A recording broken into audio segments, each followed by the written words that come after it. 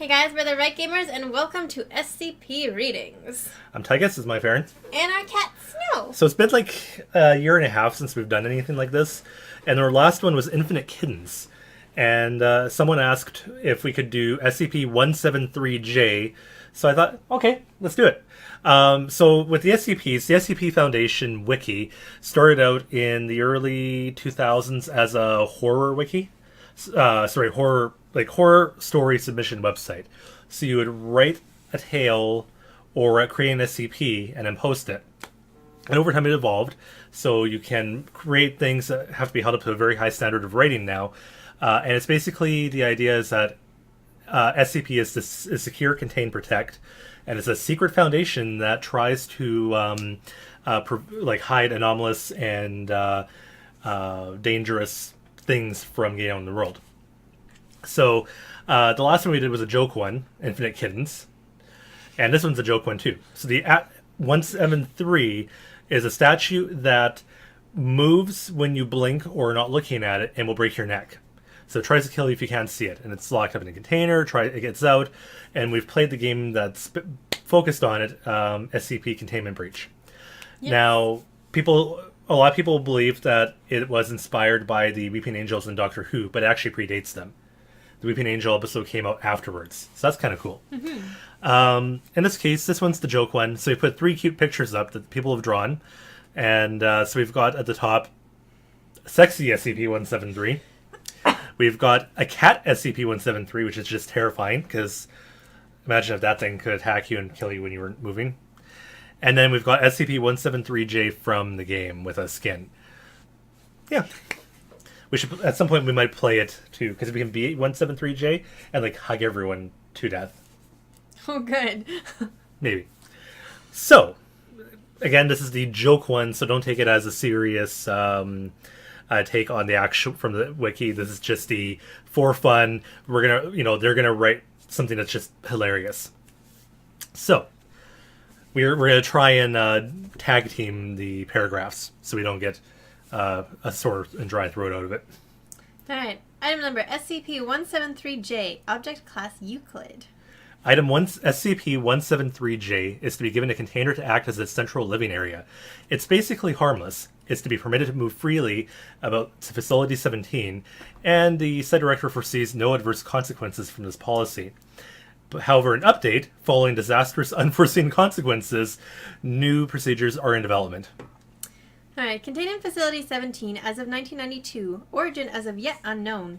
It is constructed from concrete and rebar with traces of Krylon brand spray paint, as well as what appears to be State Fair grade water-based face paint in a cat face pattern.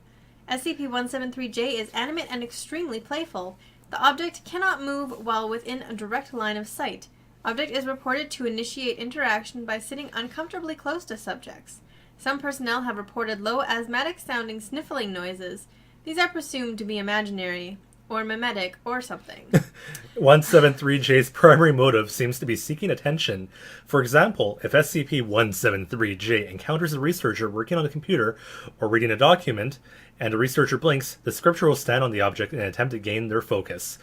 If 173-J is in a room possessing a window, it will sometimes take hold of the researcher's head and move it to face the window. This has been construed as 173-J earnestly requesting to play outside. The established procedure for handling situations is to pat him in a friendly manner and say, "Run along now, you little scamp." Note that SCP-173-J's actions occurs too quickly for subjects to respond. When at full speed, the object is capable of completing 3 shenanigans per second. On July 20th, 1992, 173-J appeared wearing a sombrero. The object entered a fiesta state in which, according to audio analysis, it produced and rapidly shook a pair of castanets while running around in unoccupied rooms or hallways. The origin of this hat-based secondary phenomenon is unknown, but the site director determined that confiscating it or investigating the event in any other way would be, to quote the official directive, interfering with forces beyond our comprehension. Facility 17 staff have reported in official transcripts that the phenomenon was loads of fun and like Christmas, Cinco de Mayo, and Free Pretzel Day in the cafeteria put together. Any staff who attempt to induce a fiesta state in SCP-173-J will be assigned to toilet owl duty. Personnel report report a sound of scraping stone originating from within the container when no one else is present inside, and the object is not under surveillance. Freelance stone scraping analysts have determined that 173J is practicing the dance of its people. This is considered normal, and any change to this behavior is to be reported to the acting supervisor on duty. The thick brown substance on the floor of SCP-173-J's dwelling is data expunged. O-brand chocolate pudding. Origin of this material is unknown. The substance poses no apparent danger and is allowed to accumulate freely. Update, see incident log, August 1492. Assistant Researcher Bromwell was assigned to inspect 173J for physical changes. Researchers Murphy and Nichols spoke to him using a two-way handheld communicator. The following is a transcript of the communication transmitted during the inspection. Guys, this floor is really, really slippery. Man, I bet. No surprise there. It's all puddingy.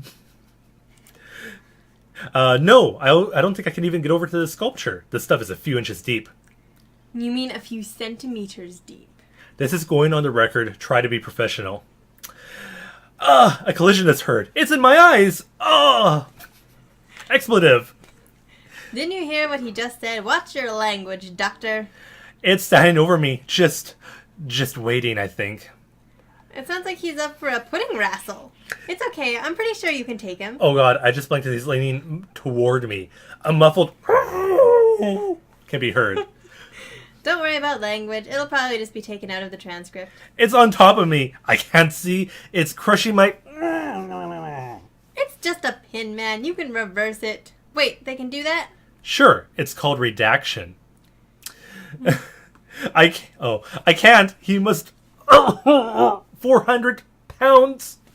Nice clinical tone. You got this. Redaction, huh? That's fantastic. I said... Seriously, how have I not heard about this? They only started doing it. It's actually encouraged since it apparently makes the documentation more interesting and suspenseful if you leave out the scary or salacious bits. I'm losing consciousness. Nichols, that's really nice of them. There might be children reading this. Sweep the leg. Incident log, August 1792. Following the recovery of Assistant Researcher Bramwell's body, it was determined that the storage cleaner required a thorough cleaning to facilitate access to its resident. 173J was monitored carefully while high-pressure showers and a large drain grate were installed in the chamber. On August 17, the following incident occurred. The showers in SCP-173-J's chamber are activated. The pudding is scoured from the floor. Murphy notes that the water-based face paint on 173J is also being washed away by the sprinklers. The showers are turned off. We're alternating. Sorry. Okay. The video feed monitoring 173J deactivates and becomes unresponsive. The interior is silent. The HMCL supervisor is called, arrives, takes inventory of the situation, and shrugs. The supervisor is fired. Researchers Murphy and Nichols are assigned to investigate. The two doctors enter the chamber. Researcher Nichols notes via two-way communicator that the floor near SCP-173-J appears to be tinged dark red. Dr. Nichols takes a sample of the coating and remarks with extreme surprise that it does not taste like pudding at all. A song is faintly heard in the background. Murphy remarks, I think I have a text message. Dr. Nichols groans audibly. Dr. Murphy is heard remarking that the sender is most likely Kelly, who was previously speculating about breaking up with her boyfriend, Mark. Dr. Murphy indicates an imperative need to discover whether such a procedure has been enacted, and if so, whether he can hit that on the rebound. Dr. Nichols announces he will maintain line of sight on 173J by closing one eye at a time. This never works. A snapping sound is heard in the audio feed. A second snapping sound is heard in the audio feed. Remaining log expunged.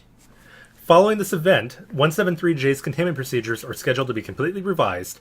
The new procedures will stipulate that it be locked in the containment area, which will be cleaned by hand.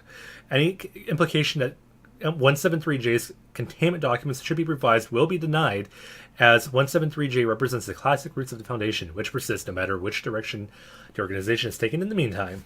Before this revision was ordered, the site director requested that Foundation senior staff decommission SCP-173-J due to its properties, as the staffers are, to quote the director's requisition letter, awesome and dreamy and wacky. However, the request was denied. All senior staff were too busy chatting with, seducing, wielding, playing practical jokes with, or riding to victory various SCP objects. The site director identified the setback as disastrous to the safety and integrity of the Foundation, but exactly as hilarious as they think it is. That was ridiculous. Oh, Lord. So, yeah, 173 is just terrifying. Shows up anywhere. That was funny. So they had a contest a few months ago, which was create tales as to how you would end 173 or create some kind of tale relating to 173.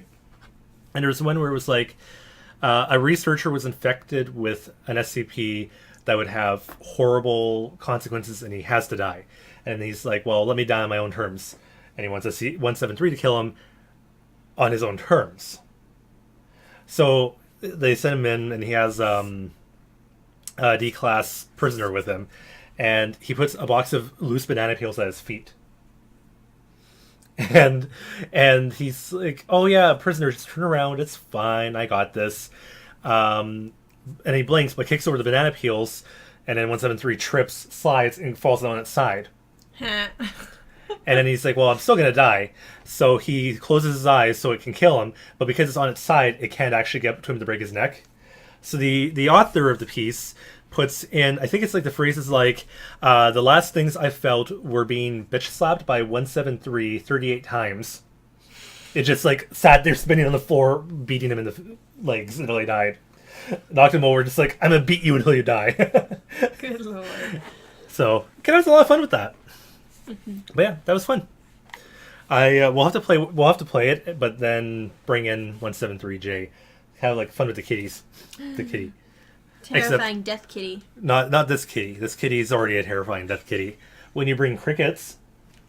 That's true. They are mighty hunters. So, hope you guys enjoyed. If you did, give us a like, and subscribe and a comment, and thanks for watching. Bye.